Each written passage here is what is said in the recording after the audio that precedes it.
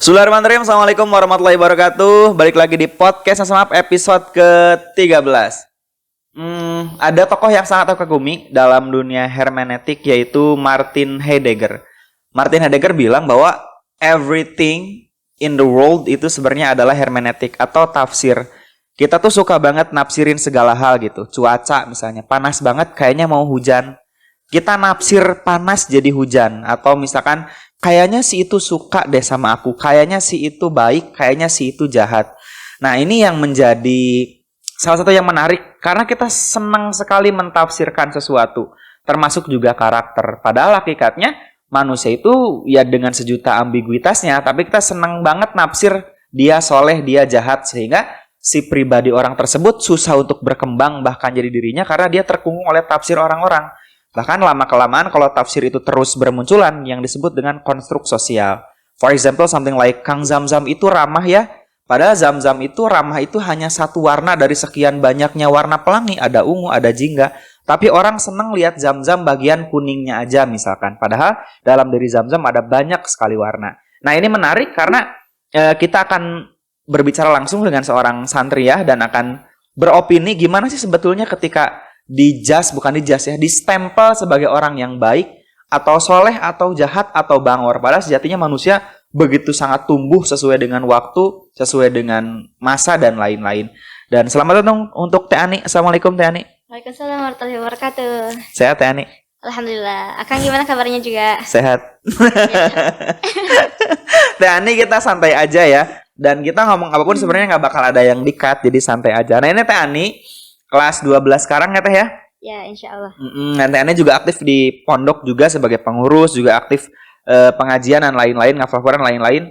Nah, ini menarik banget sebenarnya ketika seorang Teh Ani, seorang santri ya, seorang uhti, berbicara tentang gimana sih rasanya ketika orang lain menyentempel kita sebagai seorang yang solehah 100% gitu. Apakah itu berat atau enggak? Terus apakah kita jadi terpenjara atau enggak? Karena mau nggak mau, tadi aku bilang bahwa Martin Heidegger bilang bahwa ya enggak, semuanya cuma tafsir orang-orang aja gitu. Dan kita jadi susah untuk tumbuh. Gimana Teh Ani untuk opininya? Dari mana dulu aja bebas? Ya, kadang mungkin kalau dari saya sendiri gitu Okay. ya Kang. Jadi suka bingung dan suka kayak tertekan gitu. Kalau orang-orang di luar sana tuh kayak teman-teman gitu ya Kang. Yang ngejudge kita tuh bukan ngejudge tapi kayak suka memberikan bilang, stempel itu kan ya, stempel. iya gitu, baik gitu. Jadi pas dimana aku tuh down dan melakukan suatu kesalahan yang kecil, jadi mereka tuh kayak kok gini gitu. Padahal kan emang ya benar kata Akang tadi gitu, bahwa kita tuh punya berbagai warna gitu kan. Kita tuh gak bisa selalu menunjukkan warna yang sama gitu. Kayak gitu. Dan itu teh kadang membuat stres juga gitu. Iya. Nah, kenapa hari ini pas banget Teh Ani? Karena ini stereotip untuk Teh Ani tuh karena emang mau nggak mau Teh Ani tuh rajin sekali orangnya. Dan padahal sebetulnya Teh Ani juga berkembang, punya minat, punya bakat yang mungkin orang lain nggak tahu. Nah, ketika Teh Ani distempeli oleh satu merek, Teh Ani nggak bisa apa-apa dan akhirnya lumayan jadi beban. Nah itu jadi ada lah nih curhatan-curhatan ketika Teh Ani mungkin semacam apa ya, kayak melakukan something wrong padahal kecil tapi anggapan orang lain jadi wah Teh Ani kok gini gitu. Boleh dong curhatin dong, santai aja. Ya secara garis besar tadi gitu ya Kang ya. Tapi dimohon untuk teman-teman sekalian, bukan dimohonnya tapi marilah kita coba buat kayak jangan kaku gitu, dan kita tuh harus kayak memahami gitu bahwa ya kehidupan itu dinamis gitu ya Kang ya, berbeda-beda gitu, beda-beda setiap keadaannya gitu. Dan ya sikap atau perilaku seorang itu tergantung dengan keadaannya gitu. Dia gak akan selamanya baik, dia gak akan selamanya jahat atau buruk gitu. Kayak gitu. Dan itu adalah suatu hal yang wajar gitu. Gitu. Dan gimana ya Kang? Aduh, jadi boleh dah, nggak apa-apa. Teh Ani, aduh ini bener banget ya. Makanya aku Teh Ani seneng banget nonton film Ghibli. Hayao Miyazaki. Di film Ghibli itu nggak ada orang baik, nggak ada orang jahat. Ada orang baiknya sih, tapi pemeran jahatnya tuh nggak mutlak jahat. Orang jahat itu dalam situasi tertentu aja. Tapi dalam time yang lain, ketika situasinya bergeser, dia juga jadi baik gitu. Jadi kita nggak berhak kayaknya untuk ngeklaim kamu jahat sampai 100% gitu, bletok gitu. Nggak berhak, karena ya itu betul kata Teh Ani, dinamis. Dan kita pun, maksudnya kita sama-sama tumbuh, sama-sama ngembangin minat, sama-sama ngembangin bakat. Jadi kalau kita sudah stempel orang yang putih banget, jadi kadang kalau kita ngelakuin something yang kecil, kelihatannya gede banget ya. Something like kayak ada kertas gede warna putih, terus ada tintanya kecil, jadi kelihatan kotor banget kayak gitu-gitu. Jadi ini yang menjadi, sebenarnya mungkin Teh Ani hanya speak up perwakilan aja. Mungkin banyak banget nih teman-teman di luaran sana, di SMA sana yang mungkin sama ditafsir banyak orang sehingga dia jadi susah untuk tumbuh. Dan ini penting banget di podcast kali ini kita opininya sebenarnya gimana sih? Gitu kayak gitu-gitu. Yeah. Teh Ani ada yang mau diobrolin lagi nggak? Kayak semacam mau curhatan boleh, atau mau nasihat juga boleh, ataupun apa juga boleh, terserah whatever. Ya mungkin tadi ya Kang, kayak setiap orang itu pasti berbeda-beda gitu. Dan begitu juga dengan sikapnya dan juga ya kepribadiannya juga berbeda-beda gitu. Nah di samping itu jadi kita juga harus memiliki pemahaman gitu yang berbeda terhadap setiap orang itu gitu. Gitu sehingga ya kita bisa memahami orang itu gitu. Nah kan, tapi yang terpenting itu memahami orang itu harus gitu, tapi kita juga jangan lupa untuk memahami diri kita sendiri gitu, karena itu penting gitu. Mungkin ini jadi kemana gitu ya Kang ini, karena sering digituin gitu ya Kang ya, jadi malah kayak gak peduli lah, gak apa-apa orang lain mau kata apa juga gitu. Jadi malah gimana ya Kang, jadi gak apa-apa, santai aja santai aja. Ya gitu Kang, jadi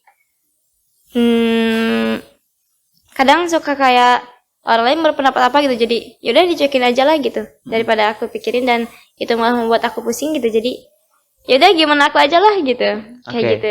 Itu muncul karena gitu. Apa ya? Karena ya terlalu sering orang memberikan tafsir, terus kita ya udahlah gitu. Aku aja gitu. Aku boleh curhat nggak Teh? Dulu waktu aku usiaan SMP kalau nggak salah, mirip banget karakternya kayak Teh Ani. Cuma aku versi cowoknya mungkin ya. Maksudnya sangat sangat diusahakan untuk patuh terhadap rules dan lain-lain. Terus kalau misalkan Pak Kiaiku nyuruh, karena aku gede di pesantren salaf, Kiaiku nyuruh apa terus aku manut aja terus gitu, sehingga banyak tuh teman-teman di seangkatan yang kayak bukan jealous atau apa kayak gitu-gitu ya. Dan di usiaku pada saat itu tuh ya sama gitu, kok orang lain boleh main tapi aku kok nggak bisa ya kayak gitu-gitu. Karena waktu itu emang belum balance. Padahal dalam diri manusia tuh kata Sigmund Freud ada 3 unsur tuh. Ada id, ada ego, ada super ego. Id itu kayak semacam desire, ya makan, main, punya hasrat untuk bahagia kayak gitu-gitu. Terus ada juga ego, logik untuk kontrol, disiplin. Ada super ego untuk nge-push diri kita untuk jadi lebih baik. Dan ini berjalan beriringan. Nah, waktu aku kecil dulu salahnya aku ngilangin id, ngilangin aku tuh pokoknya harus bager, harus baik, tapi aku membunuh kesenangan kayak menggambar nggak boleh, bermain nggak boleh, sehingga tuh kayak jadi robot lama-lama. Jadi aku suka kasihan sebenarnya kepada seseorang murid yang dia tuh bager teuing, sehingga dia tuh dibully diem aja, disuruh mau aja. Memang sih kayak nurut ya, cuma di dalam hatinya dia akan keropos. Dan jadi penting juga sebenarnya untuk kayak teman-teman kayak Teh Ani yang berprestasi, tapi penting juga untuk punya teman curhat, untuk mengekspresikan itu, it's okay. Jadi kalau ada tafsir-tafsiran yang dia kan solehah ya, kok dia begitu, I think it's okay. Orang kita cuma fun, kita cuma punya teman, dan itu aku pikir nggak apa-apa untuk menyeimbangkan bahwa kita juga real human. Malah aku yang banyak ngomong ya Teh ya. Iya, gak apa Kang. Nah Teh Ani ini sebagai orang yang sering banget dikasih stereotype solehah yang full, berarti berat juga ya Teh ya menyandang situs itu gitu. Ya berat. Ya bukan berarti mengakui bahwa diri baik gitu ya. Iya, enggak, justru beratnya di situ Teh. Aku notice banget. Iya gitu. Tahu. gitu kan.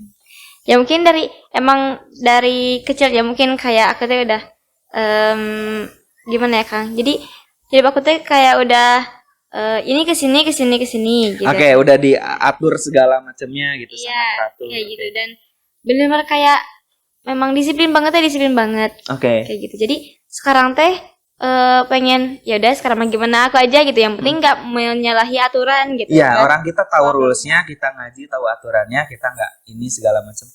Iya, iya. Silakan apa lagi Teh? Karena aduh ini malah aku jadi yang pengen ya greget, maksudnya ingin mewakili Teh Ani secara feel apa ya?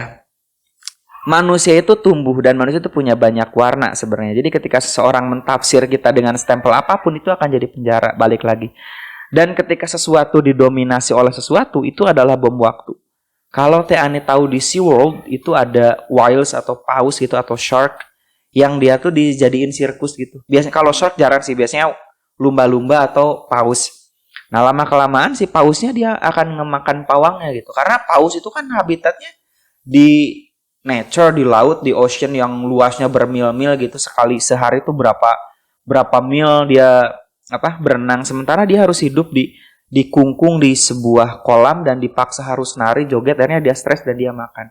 Nah, aku selalu kasihan terhadap anak-anak santri atau siswa sebenarnya nggak cuma santri dimanapun itu yang dia tuh baik terus, maksudnya nurut terus sehingga dia seolah-olah tidak hidup, dia tidak punya momen untuk kesenangan dia, maksudnya kesenangannya positif ya, semacam curhat, nyanyi atau nari-nari bersama temannya, maksudnya kecuali bukan nari di tempat umum. Nah itu butuh supaya dia tuh tetap jadi manusia gitu.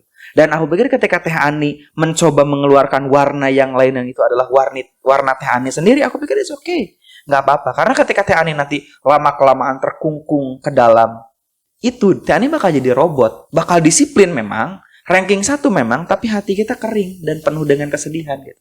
Untungnya Teh Ani ada teman surhat ya, jadi masih bisa oke lah ya. Ya, oke lah. Oke lah. Jadi sikap I don't care Teh Ani aku sangat ngedukung tadi dalam sisi itu ya. Bukan berarti kita jadi ngelanggar aturan, enggak, kita juga tahu aturan, tapi maksudnya enggak, aku real human, aku berhak untuk nulis cerita ini, aku berhak untuk ngobrol ini opiniku. Makanya judulnya opini santri, I think it's okay, it's normal, dan itu good untuk kita sebagai the real human. Silakan Teh Ani, aku banyak terus nih sekarang ngobrolnya. Ya, dan jangan terlalu memberikan stempel, jangan terlalu apapun itu jangan berlebihan kan gitu ya Kang ya. Jadi kalau berlebihan gitu, contohnya kalau gini ya Kang, misalnya ada salah satu dari temen aku gitu, jadi didikan orang tuanya itu ya bagus itu, baik banget. Nah sampai saking baiknya, saking bagusnya, jadi kayak ketekan gitu anaknya tuh gitu. Jadi bukannya kalau apa-apa bukannya nurut, malah jadi melanggar gitu ya Kang ya. Jadi terlalu keras jadi mantul mungkin gitu ya Kang ya. Jadi mungkin ya aduh ini jadi kemana-mana gitu. Nggak apa-apa, bagus. Emang nyambung kok. Karena ibaratnya kayak tadi, anak itu dia punya dunianya sendiri. Jadi ketika anak itu dikerangkeng seperti paus yang dikerangkeng tadi, dia akan ngebledug lama-lama. Nggak usia SMA, mungkin pas kuliah dia akan kabur dari rumah. Dan banyak sekali kasusnya. Tapi mirisnya itu cinta juga alasannya gitu. Karena orang tua khawatir, takut, cinta, akhirnya dia nyiapin berbagai macam disiplin, berbagai macam ini, tapi keterima ke anaknya jadi sebuah penjara. Ini jadi ironi dan agak susah menjembatani itu gitu. Agak susah menjembatani bahwa anak itu juga harus dibebaskan secara minat, tapi satu sisi juga harus orang tua juga harus menuruti orang tua. Jadi agak paradoks sebenarnya. Dan ini aku pikir penting, makanya makasih banget Teh Ani udah ngobrol dalam kesempatan hari ini. Penting banget bahwa untuk siapapun itu manusia untuk beropini bahwa ya itu jangan terlalu mengkerangkeng. Ya memberikan care harus, tapi kalau terlalu mengkerangkeng sampai kita nggak bisa nafas juga nanti lama-lama bom waktu. Apalagi Teh contoh lainnya Teh? Ya jadi sekarang Asa pengen cerita gitu kan. Nah, boleh.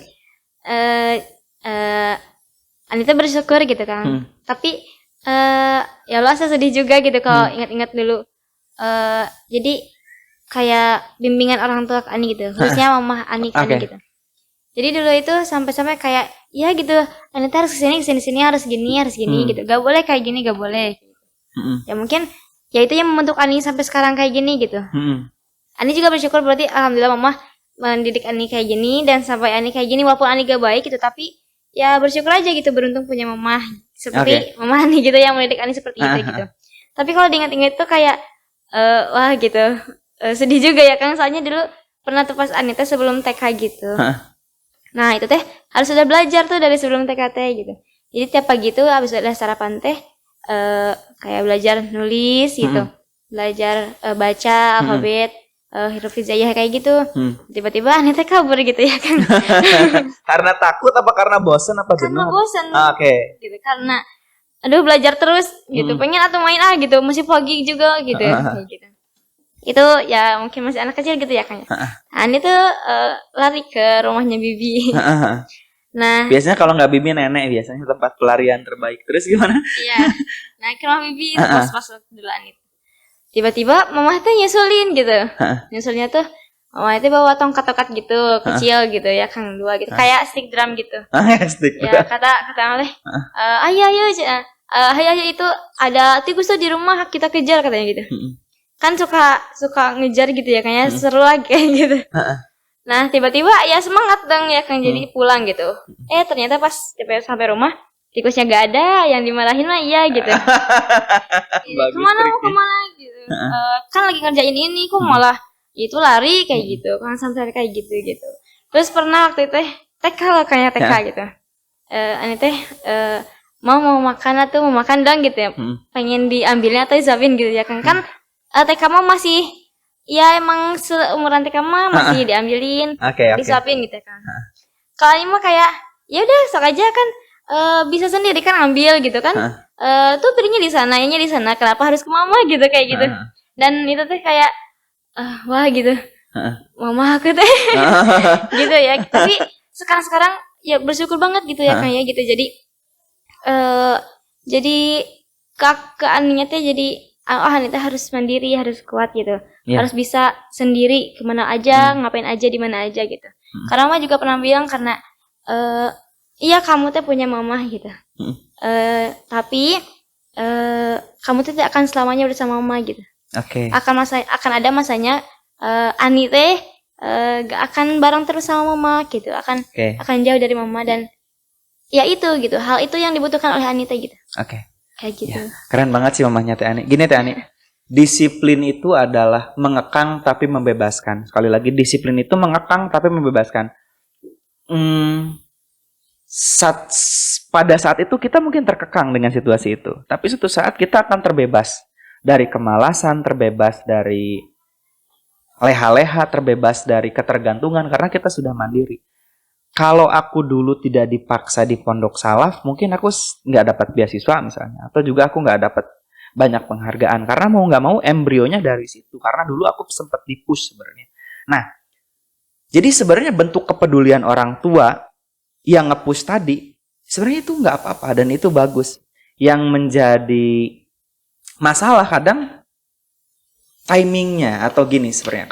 Kalau misalkan ngedidik menurut teori parenting ya di beberapa literatur, kalau kita ngedidik anak usia SD atau SMP itu harus memang kayak tadi teknik kayak militer, bersih-bersih, sapu segala macam. Nah, tapi ketika usia SMA itu ngelonggar, lebih ke best friend. Ditanya punya pacar apa enggak, jatuh cinta apa enggak, itu important karena kalau enggak gitu nanti anak curhat ke tempat yang salah dan enggak dibimbing lagi. Nah, ketika usia ketika usia kuliah, anak dikasih tanggung jawab. Kayaknya kalau pakai bahasa Sunda kayak gini. Itu balong terapi kebon bapak sok ku diurusnya, atau mobil ini ku jadi wah dapat dari bapak amanah nih kayak gitu. Nah masalahnya biasanya orang tua tuh selalu sama, jadi ketika dia kuliah sama ketika dia pas TK akhirnya berontak yang ada, atau pas SMA sama kayak SMP gitu, padahal ketika SMA karakternya sudah tumbuh. Nah itu yang jadi trouble. Nah jadi ketika di usia dini, di usia SD SMP memang kayak begitu keren banget, itu harus. Karena itu ngebentuk karakter. Jadi nanti pas gede, karakternya udah tumbuh. Nggak bakal disuruh lagi tuh kayak nyapu, kayak ngepel, udah tumbuh dengan otomatis. Nah, tapi ketika usia SMA atau kuliah, beda lagi karakternya. Udah tidak efektif pakai cara itu. Nah, aku pikir teori parenting semacam ini sangat penting. ya meskipun aku belum jadi orang tua, tapi paling enggak aku pernah ngebimbing santri dan caranya kayak gitu. Aku nggak merlakukan mereka kayak best friend aja, nggak seperti anak SD yang harus selalu dipukul, enggak. Best friend aja dengan cara curhat, dengan cara berdialog, dan itu lebih ngefek kepada mereka dan jangkanya lebih panjang. Jadi kemana-mana ya teh ya asik. Jadi ini makasih banyak nih teh Ani, kita nggak terduga tadinya pembicaranya sedalam ini, tapi mau nggak mau teh Ani jadi ngewakilin banyak orang tentang hal ini. Bingung antara aku harus nurut 100%, kalau ngelanggar aku bakal dosa, tapi aku juga punya kehidupan. Ini kan dilema-dilema anak remaja. Apalagi teh yang mau diobrolin? Ada lagi nggak? Apa ya Kang? Kalau nggak ada aku dulu, nanti kalau ada teteh ngomong aja. Ya, Kang lagi. Ya banyak sekali teh sebenarnya. Baik itu cerita dulu ya, ada anak bimbingan aku yang nggak disebutin namanya. Sakit parah sampai usus buntu, sampai ususnya itu pecah gitu. Pecah jadi operasi besar kan. Karena sebenarnya dia apa ya, aku nggak tahu apakah ada korelasinya apa enggak, tapi dia mendam banyak kesedihan. Orang tuanya bagus, dia punya banyak cita-cita sebenarnya untuk anaknya ini, sampai kalau nggak nurut dikurung gitu di dalam kamar, di dalam gudang gitu. Sampai dewasanya juga kayak gitu. Anak ini cita-citanya pengen jadi tentara atau polisi akpol gitulah, tapi orang tuanya cita-citanya pengen jadi kiai, akhirnya mentalnya kena. Jadi mau bilang takut dosa, takut segala macam, tapi kalau nggak bilang terus akhirnya sakit parah segala macam. Tapi setelah bilang, Pak aku sebenarnya pengen ini, pas setelah operasi akhirnya fine gitu, dan dia juga sehat, orang tuanya juga. Jadi ini memang berat sebenarnya. Makanya aku selalu kagum terhadap anak-anak yang berani ngobrol apa yang dia mau. Karena untuk ngobrol, aku ingin jadi artis, aku ingin jadi arsitek, aku ingin jadi penghafal Quran, itu berat. Karena itu kita kita harus mendobrak stereotip yang ada dari harapan orang tua, harapan keluarga, harapan. Dan kita harus jadi apa yang kita mau, itu susah. Aku ngobrol gini dalam konteks positif ya, kalau mau jadi bandar ganja kan itu dosa. Tapi maksudnya sesuatu yang kita pengen banget, kita mimpi dari kecil apa segala macam. Kayak gitu-gitu.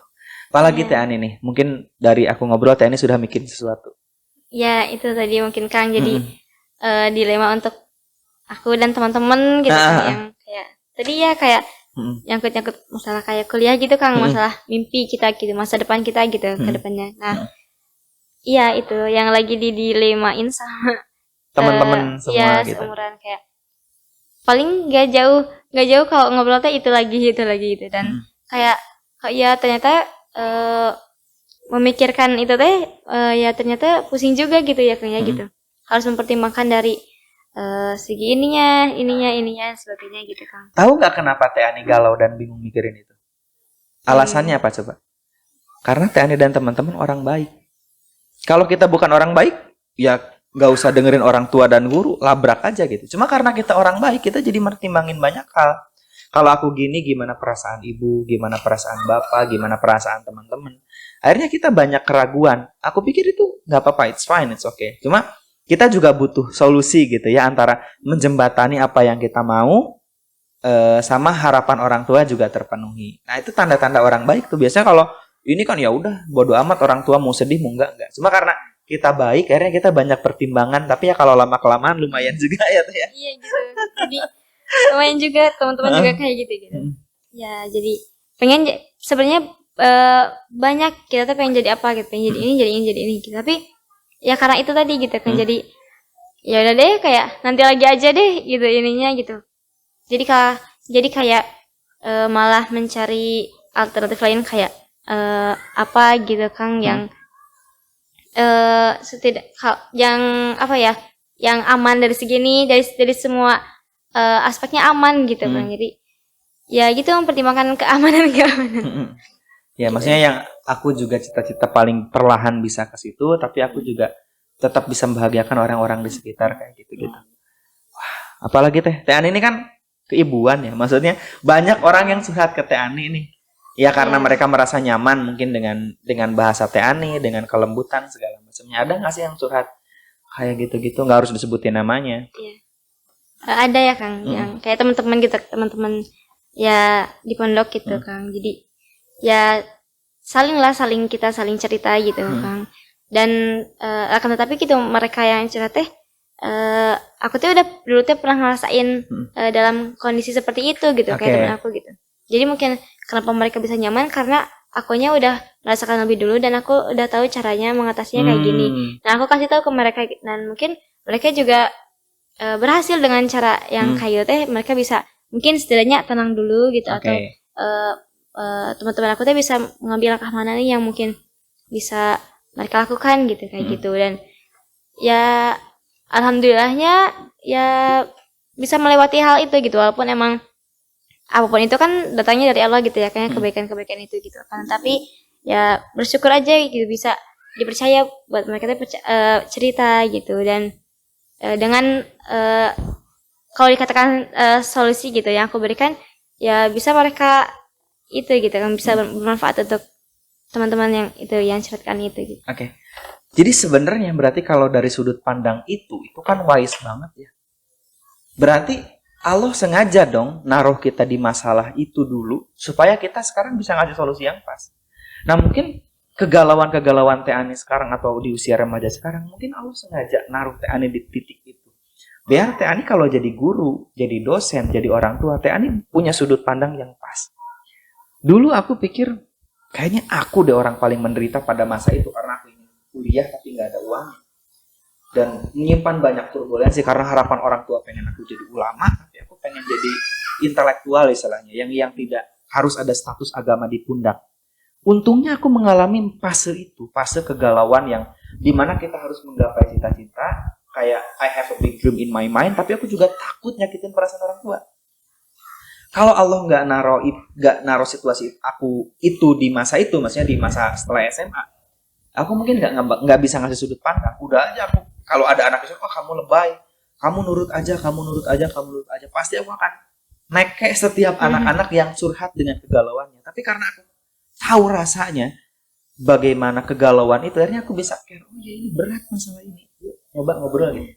Jadi aku pikir ketika Teh Ani sekarang sedang galau, aku pikir harus bersyukur karena Teh Ani akan jauh lebih dewasa. Teh Ani akan ngasih sudut pandang yang clear nanti di masa depan ketika ada anak-anak atau mungkin murid Teh Ani atau junior Teh Ani atau mungkin putra Teh Ani sendiri yang mengalami dilema yang sama. Jadi aku pikir it's okay. Jadi kalau sekarang Teh Ani lebih sedang galau dalam bab itu, yang pertama Teh Ani orang baik karena nggak mau nyakitin banyak orang. Yang kedua Teh Ani akan jadi tumbuh dan besar. Kayak gitu. Kayak Teh Ani tadi ada yang konsul ternyata Teh Ani udah pernah di situasi itu, jadi akhirnya solusinya bisa clear. Apalagi Teh, silakan Teh. Aku cuma mantulin obrolan dari Teh Ani aja sebenarnya. Apalagi Teh? Kalau ini mal ya seputar ke ya seumuran remaja gini lah kayaknya gitu. Mungkin kayak lagi masa-masanya gitu, kayak ingin bebas gitu kan. Kayak gitu dan kayak ya gitu kan, contohnya kayak kalau belajar ya semaunya aja gitu. Kalau ngafalin ya seingetnya aja kayak gitu. Tapi ya setelah sadar gitu kan bahwa ya kapanpun itu usianya gitu dan waktunya gitu. Ya bolehlah kalau sebentar mah untuk istirahat gitu, tapi jangan terlalu keenakan sampai-sampai kita tuh lupa sama kewajiban kita sendiri gitu. Oke. Justru gitu. Di sana beratnya kan Teh Ani. Nilai ibadahnya di sana. Makanya balik lagi ketika konsep Sigmund Freud tadi, ada id, ada ego, ada super ego. Id itu kan kita punya desire, kita punya hasrat untuk fun, untuk bermain segala macam. Ini jangan dibunuh. Kalau dibunuh kita bakal jadi robot. Bakal jadi orang yang selalu ranking 1 tapi keropos. Kita nggak punya teman, kita nggak punya seseorang yang kita kasihi, kita nggak punya sesuatu hobi yang buat kita berdebar-debar, nggak ada. Cuma belajar ngafalin itu juga buruk. Tapi kalau kita juga id-nya kegedean, akhirnya kita bakal tidur, makan, main, kita juga like animal. Makanya jadi ahsani takwim atau insan kamil atau apa ya dalam bahasa Yunaninya aku lupa lagi. Kalau kata Nietzsche itu Yubekmeh, Superman ya, manusia super tuh ketika balance. Ketika kita fun, punya banyak temen, tapi tetap pelajaran terjaga. Ini keren banget sih. Dan banyak kok santri-santri yang kayak gitu, yang tetap balance antara kapan waktunya ngafal, kapan waktunya fun sama teman-teman. Dan aku sangat menjaga ketiga ketiga unsur ini. Dan kalau bisa di usia SMA sudah nemu, tapi kalau enggak, I think it's okay, itu perjalanan. Gitu. Jadi aku selalu sedih kalau ada santri yang rajin banget sampai dia nggak punya hobi, atau dia bangor banget sampai dia nggak bisa ngafalin. Karena dua-duanya nggak balance. Jadi aku senang sih ketika ada Tehani yang punya hafalan, tapi tetap punya best friend, tetap bisa cerita, tetap nonton Netflix sekali-sekali, tetap nonton Korea sekali-kali, tapi hafalannya tetap terjaga, itu keren banget sih. Jadi aku pikir akan bagus kalau setiap anak SMA bisa ke tingkat itu ya, meskipun susah ya nyimbangin itu kan. Iya, susah banget gitu. Ya, karena SMA tuh fluktuatif, pengen jadi presiden, besoknya pengen bunuh diri gitu gara-gara dipanggil gurunya, terus belum ngerjain tugas. Besoknya semangat pengen jadi pengusaha, pengen jadi trader terkenal. Besoknya lagi nggak semangat lagi karena diputusin, ya gitu-gitulah SMA. Drama-drama. Teh Ani, aku ingin dari sudut pandang Teh Ani dong yang clear, yang genuine. Tadi kan aku menurut teori ya, dan aku pun berusaha ke tingkat itu meskipun jauh sekali, masih mudi lah gitu. Dari sudut pandang Teh Ani nih, seorang santriah, gimana? Apakah sama kayak Fruit tadi atau ya mungkin ada opini yang lain? Ya berbeda gitu ya. Nah, gimana? Ya gitu kan. Kalau misalnya kita di pesantren gitu. Ya jadi orang-orang sekitar tuh kayak, karena kamu pesantren, kamu ya harus memperlihatkan bahwa kamu tuh anak pesantren gitu, dan gak boleh gitu kayak yang jauh dari berbau ke pesantren nanti gitu. Oke. Jadi kayak kalau misalnya kita main musik gitu ya kan, kok pesantren itu gitu ya gitu. Padahal kan ya apa salahnya gitu, gitu. Kayak kalau kita berpakaian tidak yang mencirikan seorang santri gitu kan. Kok kayak gitu ya santri gitu. Kok kayak gitu ya santri. Kalau kata Aden sendiri gimana ya? Memang gitu. Kalau kayak luaran itu, kayak penampilan itu memang itu harus diperhatikan juga gitu. Tapi yang lebih penting itu kayak jiwanya gitu kan. Yang gak apa sih kita luarannya ya biasa aja, tapi ya kita punya jiwa santri yang kuat gitu kan. Kayak gitu. Oke. Jadi inti dari Teh Ani tadi, orang-orang tuh kadang selalu fokus ke hardware atau apa istilahnya ya, yang nampak semacam tampilan, casing kayak gitu. Padahal value itu mungkin jauh lebih penting. Tapi mungkin bagi orang-orang tertentu ya it's okay, nggak apa-apa, karena bagi orang-orang tertentu mungkin keberagamaan itu juga yang nampak aja, yang terlihat ya kostum, ya pakaian. Tapi padahal jauh di dalamnya juga kita harus, value-nya juga harus lebih kuat. Makanya fenomena fundamentalisme agama ketika dulu ada yang banyak banget lah kejadian-kejadiannya. Cuma karena yang di depannya bukan Pak Sumadi, jadi aku agak ragu-ragu untuk ngobrol ya. Teh Ani kita yang ringan-ringan aja ya. Maksudnya orang tuh fokus ke hardware yang ditampilkan, padahal mungkin value juga jauh lebih penting. Ini udah berapa menit ya? 30, udah setengah jam Teh Ani. Teh Ani ada nggak yang mau selain, maaf ya teman-teman, kita karena ini ke dalam ya, jadi banyak sekali dialog yang diulang karena kita fokusnya ke dalam. Dan ini penting karena mau tidak mau remaja mungkin merasakan itu ketika ditafsir oleh lingkungannya, ditafsir oleh gurunya, ditafsir oleh orang tuanya, sehingga dia ragu untuk tumbuh. Karena orang seneng, kalau tadi aku bilang kalau aku tuh kayak pelangi, orang seneng lihat Zam-Zam pas warna pinknya aja misalkan, kalau ada warna pinknya ya. Padahal ada warna jingganya, ada warna ungunya, ada warna segala macamnya. Dan itu adalah bagian dari diri Zam-Zam juga gitu. Dan ya karena stereotype tadi sehingga orang ya Zam-Zam tuh warna kuning aja gitu, padahal kita juga punya banyak warna. Ada dong Teh, silakan Teh. Ya, jadi keinget ini Kang, kata Immanuel Kant. Katanya orang yang baik itu cuma ada dua gitu. Yang pertama orang yang benar-benar melakukan kebaikan, dan yang kedua itu orang yang tidak merugikan orang lain gitu. Oke. Nah, dan menurut Ani, jadilah orang yang baik setiap hari gitu kan. Dan jadilah yang bermanfaat sih, kan lebih ke kayak bermanfaat, dan teruslah berbuat baik setiap hari gitu. Karena Allah akan menghisab, Allah itu menimbang pahala kita tuh bukan dari seberapa banyak, tapi Allah itu melihat dari setiap detiknya gitu kan. Jadi teruslah berbuat baik setiap menit, setiap detik gitu, setiap hari gitu. Dan jangan menyanyiakan apa yang kita miliki, apa yang kita miliki gitu Kang. Terus motivasi gitu Kang untuk diri sendiri ini mah. Dan untuk teman-teman mungkin yang juga merasakan gitu bahwa ya terus paksakan gitu untuk sesuatu hal yang baik, terus paksakan. Tuh, jangan sampai ditunda-tunda, jangan sampai disia-siakan gitu karena sedetik dan sedikit itu berharga. Kalau menurut Ani seperti itu. Jadi ingat Allah itu menghisab kita tuh setiap waktunya, setiap detik gitu kan. Jadi berbuat baiklah terus gitu dan sebanyak mungkin gitu. Makasih banyak Tani makasih banyak udah ngutip Immanuel Kant. Kant itu orang yang disiplin loh. Kant itu bahkan nggak keburu nikah, saking senengnya nulis buku. Immanuel Kant itu kayak santri sebenarnya, maksudnya dalam segi disiplinnya ya. Sebenarnya dia non muslim, bangun jam 5 subuh kayak gitu-gitu.